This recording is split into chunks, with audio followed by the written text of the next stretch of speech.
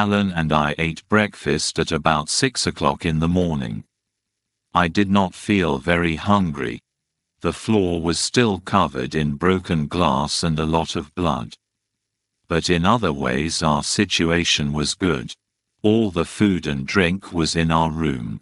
Mr. Riek and the captain were in the other room further along the ship. Alan cut one of the silver buttons from his coat and gave it to me as a gift. My father gave them to me. He said, "Take one to remind you of last night. Anywhere you go and show that button, my friends will help you." Not long after, Mr. Riek and the captain came to talk to us. They looked very tired. "You've destroyed my ship," said the captain.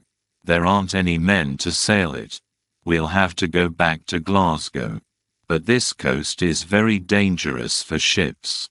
You've killed the only man who knew how to sail it. I've often sailed up and down this coast," said Alan.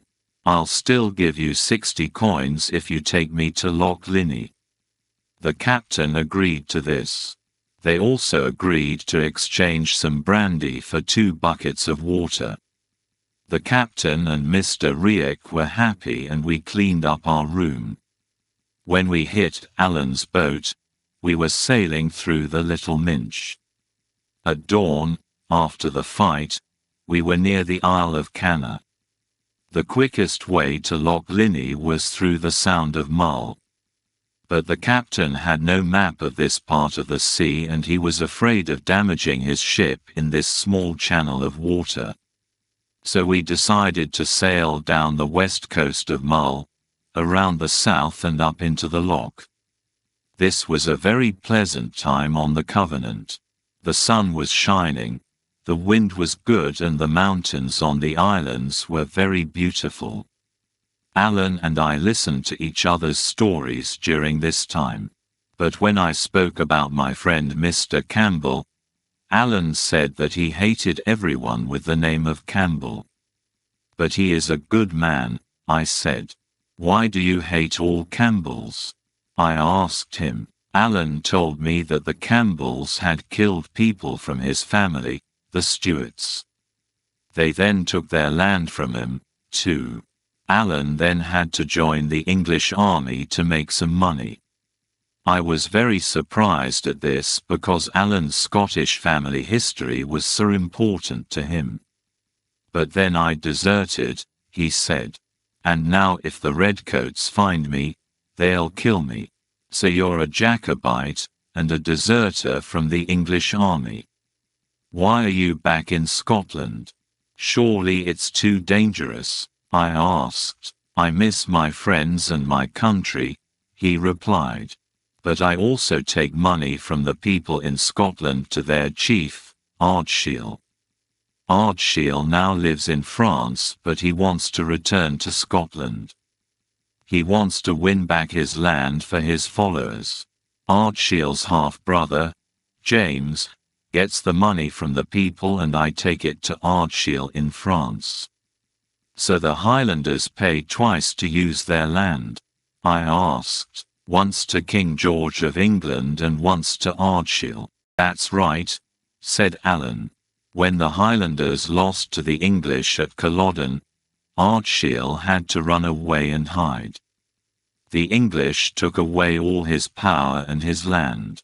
They also took away the weapons from the Highlanders. A Campbell called the Red Fox works for King George. He gives the king the rent from Ardshiel's land. But the people still love their chief and continue to give him money. The English can't stop that. But when the Red Fox heard about the money they were paying to Ardshiel, he became angry." "And then what happened?" I asked. "Well, David," he said, "the Red Fox wants Ardshiel to die. So he made all the Stuarts leave their homes. Now, I'll find the Red Fox and kill him."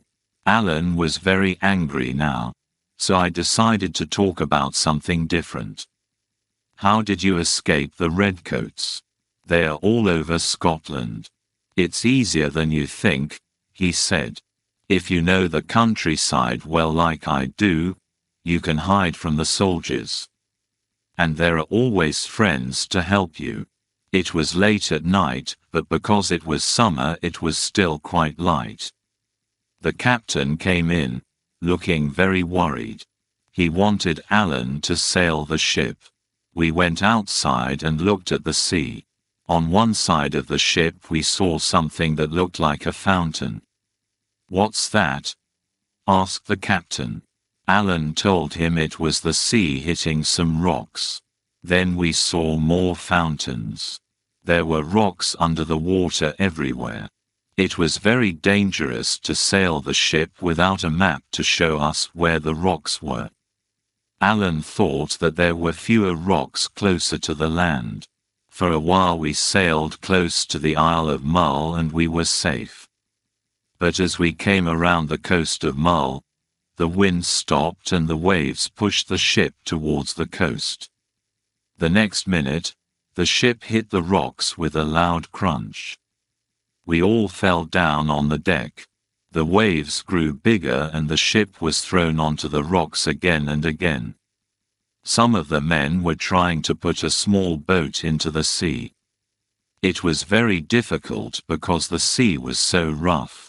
Waves kept breaking over us and the ship was sinking. Suddenly one of the men cried out.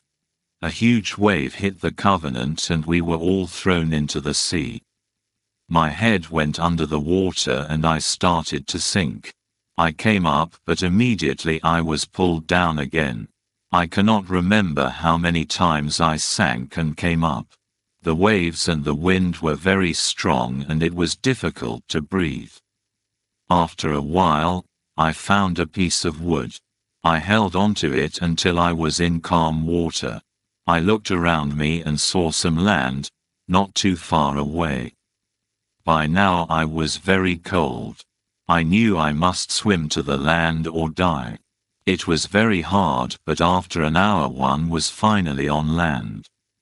I lay on the beach in the moonlight.